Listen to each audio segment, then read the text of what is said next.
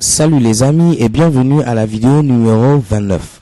Alors aujourd'hui ce que nous allons faire c'est apprendre de nouvelles propriétés concernant ici le positionnement d'une image de fond, ok. Donc là je vais ajouter l'image BG2 en image de fond. Donc si j'actualise le navigateur chez Keban, vous voyez bel et bien l'image BG2. Alors cette image par défaut est répétée plusieurs fois. Donc autant de fois pour contenir ici l'ensemble de l'espace réservé au body. Ok.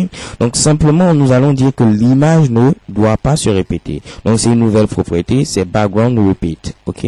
Et là nous allons donner comme valeur no repeat. Donc s'il te plaît mon ami, ne te répète pas du tout. Ok.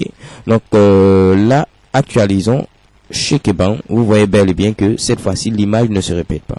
Alors je vais modifier la couleur en couleur noire cette fois-ci pour l'instant, ok. Donc là c'est un peu plus parfait. Bien, ce que nous allons faire maintenant c'est encore ajouter une deuxième image de fond. Donc pour cela, bien avant, je vous montre rapidement l'image. Je peux la déplacer, la mettre par exemple à ce niveau. C'est utiliser une propriété, c'est la propriété background position. Donc background position et dire que l'image doit se mettre ici. Je vous explique.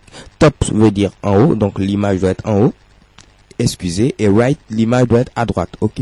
Donc top right, en haut à droite. Actualisons chez Keban, l'image est en haut à droite, ok. Donc les autres valeurs, il y a par exemple ici bottom pour dire en bas.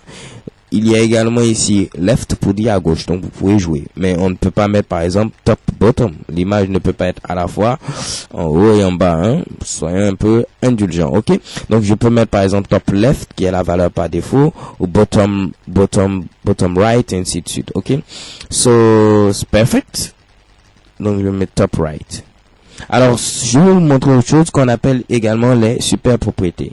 Alors, les super propriétés, au lieu de mettre ici background image, background repeat, background position, background attachment, c'est vraiment difficile. On va mettre simplement background. Donc, c'est la super propriété et on va ajouter toutes ces valeurs. Donc, j'ajoute cette valeur ici. J'ajoute la seconde valeur à ce niveau. Et j'ajoute la dernière valeur là. Et ainsi, je n'ai plus besoin de mettre toutes ces autres propriétés. Donc, on parle alors de super propriété. Elle permet de résumer, disons, un ensemble de propriétés. Ok, donc background. Si j'actualise, normalement, rien ne doit changer. Chez Kebam, rien ne change du tout. Ok, donc c'est comme l'exemple de la propriété font. Donc, il y a d'abord font family pour donner ici la police. Il y a après font size pour donner la taille. Il y a également font white pour dire aussi le style, donc si ce sera du gras et ainsi de suite. Donc on utilise généralement la propriété, la super propriété font, et on additionne toutes ces valeurs. Donc on les met les unes à la suite des autres. Ok. Donc pour l'instant c'est background, notre ami de cette vidéo. Parfait. Alors pour ajouter une deuxième image, c'est simple. Je mets une virgule et je dis je vais ajouter une seconde image, donc toujours URL, et je mets ici bg.jpg. Ok. Actualisons le navigateur chez Kebam, on voit bel et bien la seconde image de fond qui apparaît. Alors remarquez que l'ordre est très important. J'ai mis d'abord ici BG2, donc cette image, avant de mettre l'image de fond ici. C'est-à-dire que cette image va se positionner au-dessus. Ok. Donc si j'avais mis par exemple cette image, donc l'image en quelque sorte noire qui est juste derrière, avant de mettre l'autre image qui est ici, actualisons, vous voyez que l'image n'allait pas apparaître. Donc l'ordre est très important.